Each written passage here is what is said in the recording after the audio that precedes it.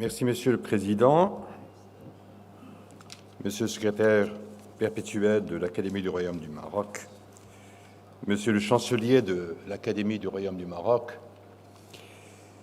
Madame la directrice des séances, honorables membres de l'Académie du Royaume du Maroc, Mesdames et Messieurs. Je voudrais d'abord dire mon double sentiment d'honneur et de bonheur de revenir une seconde fois à l'Académie du Royaume du Maroc pour contribuer à la 44e session qui s'est proposée ou qui a proposé pour thème de la modernité aux modernités. J'essaierai de m'inscrire dans ce programme autour d'une communication que j'ai volontairement intitulée « Le réformisme constitutionnel marocain, maturation d'un processus moderniste ». Donc mon postulat de départ consiste à considérer que la culture politique d'une société s'exprime aussi dans sa constitution, dont la fonction rationaliste tend à limiter le pouvoir politique et l'obliger à agir dans le cadre de la loi afin de protéger les droits et libertés. Cette rationalité évolutionniste et constructiviste est au cœur du mouvement constitutionnel initié par les révolutions libérales du XVIIIe siècle pour connaître une extension remarquable à la plupart des États au cours du XXe siècle. Ainsi, le constitutionnalisme tel que historiquement construit relaie la modernité, attitude critique selon Michel Foucault ou affirmation de principes universels d'action et de pensée selon Alain Touraine. Tout comme la modernité ne peut être identifiée à un type de modernisation, ce qui témoigne d'une pluralité de voies de modernisation, le constitutionnalisme s'appréhende aussi à travers de catégories analytiques différentes. On peut retenir avec Karl Loewenstein les deux pôles extrêmes d'une classification où les constitutions normatives, c'est-à-dire dont les normes agissent effectivement sur les rapports des acteurs politiques, s'opposeraient aux constitutions nominales désignant les types de régimes politiques où la Constitution n'exerce point ou n'exerce aucune action profonde sur l'exercice et la structure du pouvoir.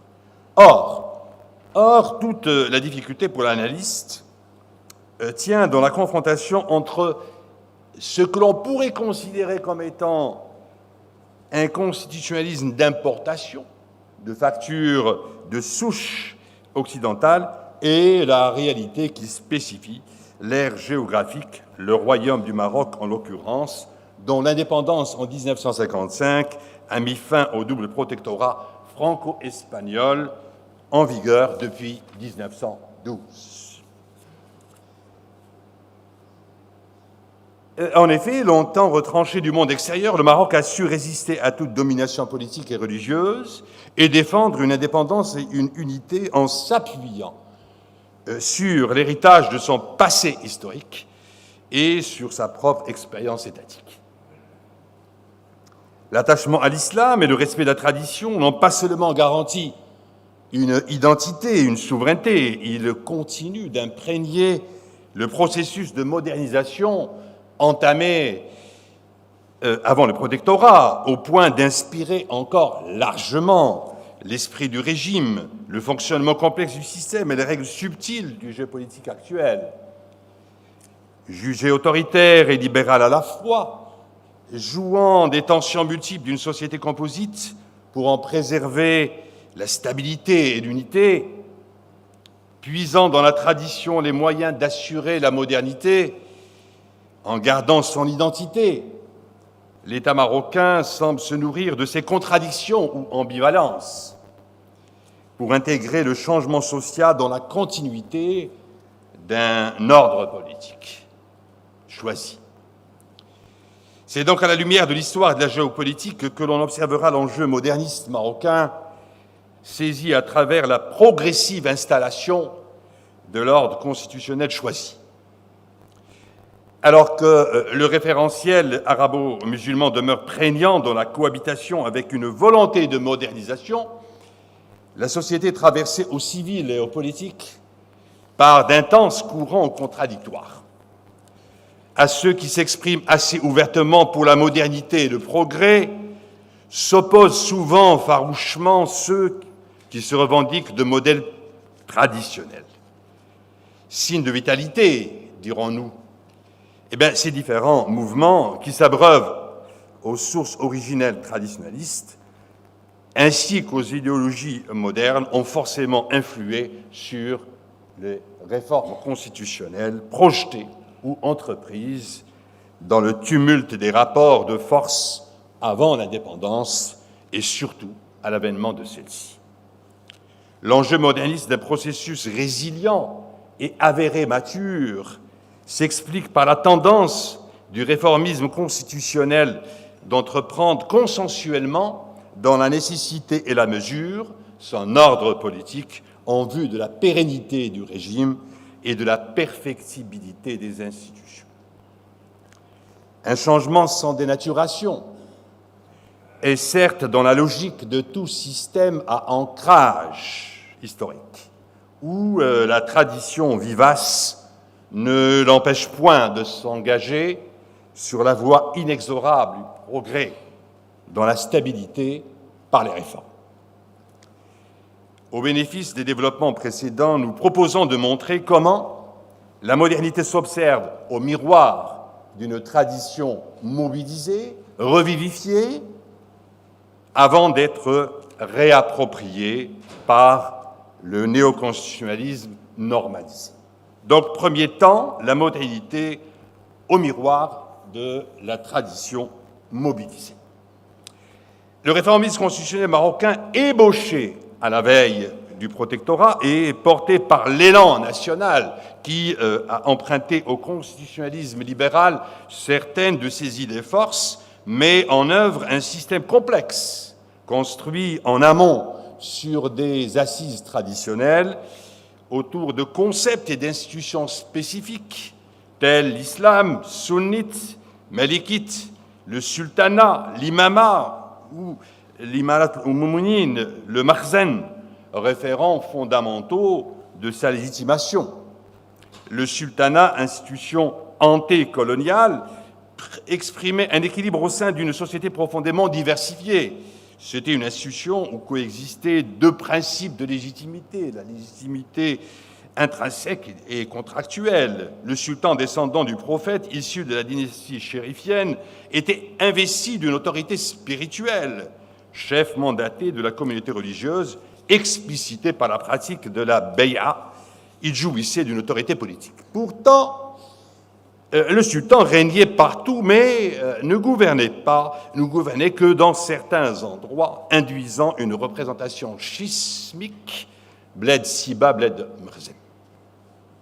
Durant le protectorat, le réformisme constitutionnel s'est amalgamé à cette culture politique à la faveur d'une confrontation triangulaire. Le colonisateur, le sultan et le mouvement national. À la veille de l'indépendance, impulsé par le manifeste de l'indépendance du 11 janvier 1944, l'alliance stratégique entre le sultan Mohammed Ben Youssef et le mouvement national a mis en lumière l'assimilation du constitutionnalisme par la culture marocaine sous la forme d'une articulation du thème de la monarchie constitutionnelle avec celui du prestige traditionnel, expression modernisée de la double légitimité intrinsèque et contractuelle du sultan. Du coup, héritière du pouvoir centralisé du protectorat qui a légué les bases d'une administration solide et d'une urbanisation développée, fort de sa stature de leader nationaliste après l'exil, le sultan roi Mohammed V allait d'autant plus s'affirmer monarque constitutionnel en menant une politique de traditionnalisation qui s'apparente, selon le professeur Abdullah Al-Arwi, à un processus dont la mise en œuvre exprime des options et non une donnée immuable par lequel le sultanat antécolonial légitimera l'héritage par la monarchie de la maîtrise absolue du sultan protégé, dégagé de la tutelle étrangère. La traditionnalisation devait servir de stratégie dans une phase d'interrègne par la monarchie pour refouler aux fins de leadership les principes de base de la démocratie d'importation occidentale, telle la constituante, la séparation des pouvoirs, le parlementarisme, etc. La période fondatrice, 1955-62, fut phase cruciale d'un interrègne perturbé, s'assimiler en termes de culture politique à la recherche d'un continuum traditionnel, ciment d'une systémie politique toute faite en spiritualité, en temporalité, en sacralité intégrative d'une modernité constitutionnelle domestique. Le discours ambiant se voulait mobilisateur de la mémoire scripturaire qui se mêlait à un référentiel légalo-rationnel dont s'était inspiré le réformisme constitutionnel initial, ce dont atteste significativement l'extrait de l'éditorial de Lisan al-Maghrib en 1908. Alors, je cite un extrait, « Sa Majesté ne peut pas refuser plus longtemps à son peuple les bienfaits d'une constitution et d'un parlement. Elle doit lui garantir la liberté de penser et d'agir qui le rendent apte à réformer sa patrie à l'instar de tous les pays civilisés, qu'ils soient islamiques ou chrétiens. Nous venons tout juste de voir quels changements heureux ont fait éclore dans l'Empire ottoman l'octroi par l'émir des croyants d'une constitution et sa décision de réunir une chambre des députés. » Fin de citation.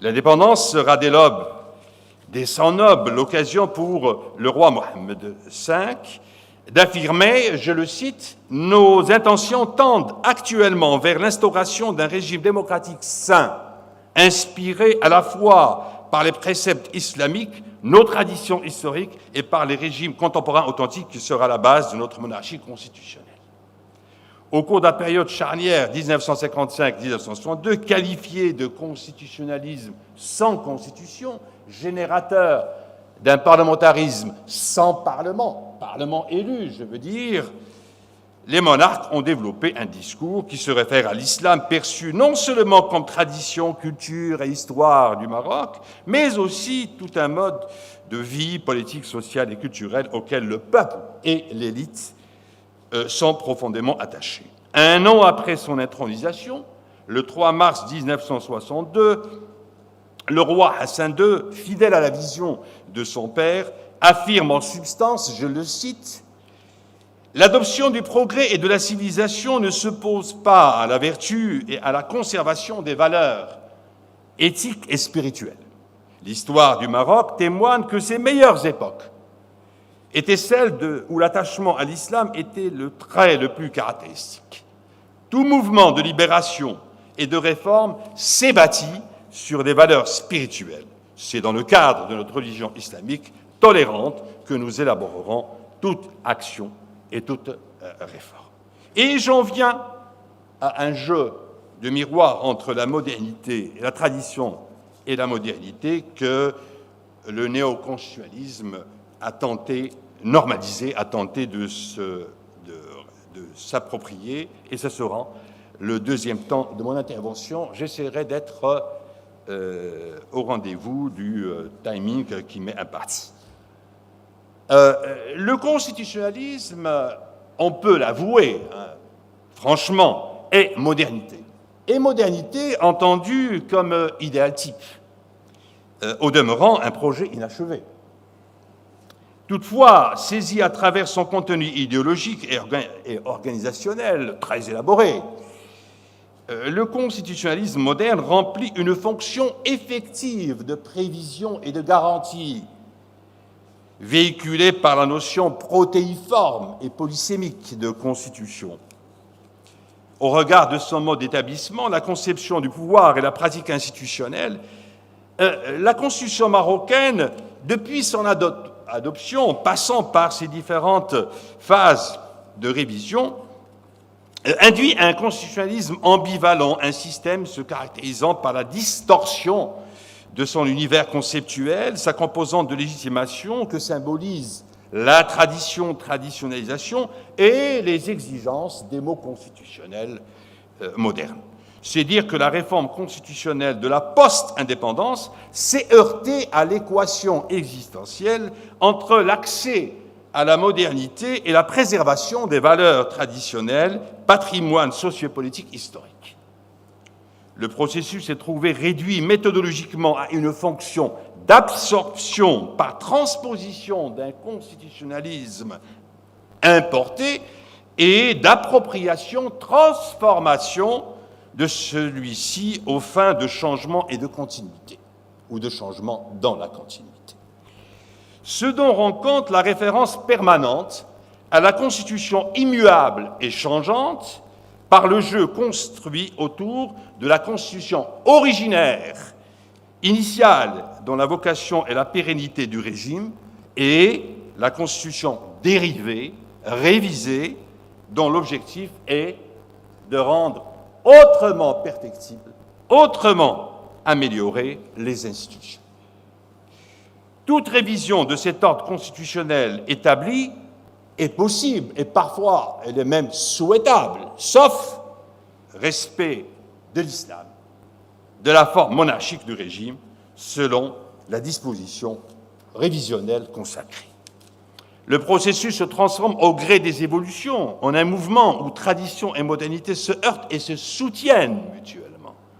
Non seulement parce qu'on peut y déceler des cycles de rupture et des cycles de continuité, mais également parce que le changement se légitime en se ressourçant dans la tradition et que la tradition agit sur la société en récupérant le modèle contre-traditionnel ou moderniste, et la modernisation remonte le courant de la culture classique et la tradition, en quelque sorte, se modernise.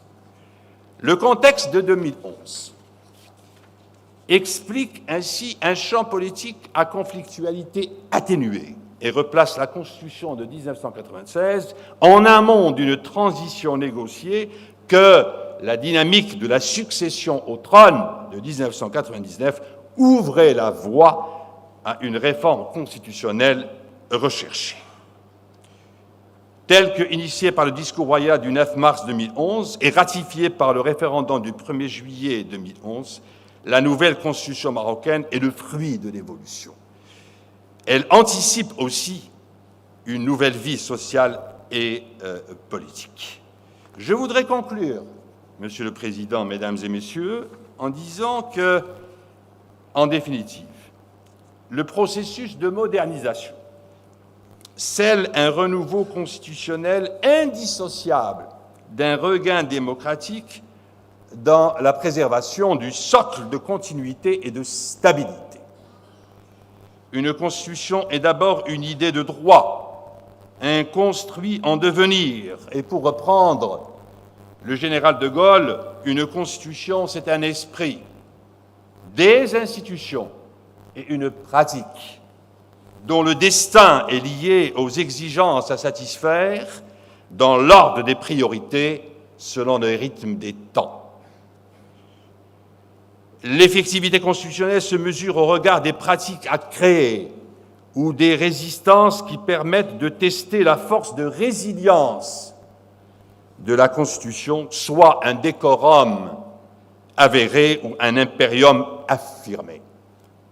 En tout cas, il faut du temps pour que les pratiques de la Constitution liées à l'exercice du pouvoir et des droits fondamentaux puissent se réaliser, tout comme aux pratiques dissidentes de s'éroder. La réforme constitutionnelle n'a abouti dans la stabilité politique qu'au prix d'épreuves surmontées, de crises et tensions résorbées. L'ordre constitutionnel choisi devra s'accomplir dans un volontarisme réaffirmé, l'imagination créatrice, la foi en une communauté de culture et d'avenir, et je vous remercie de votre attention.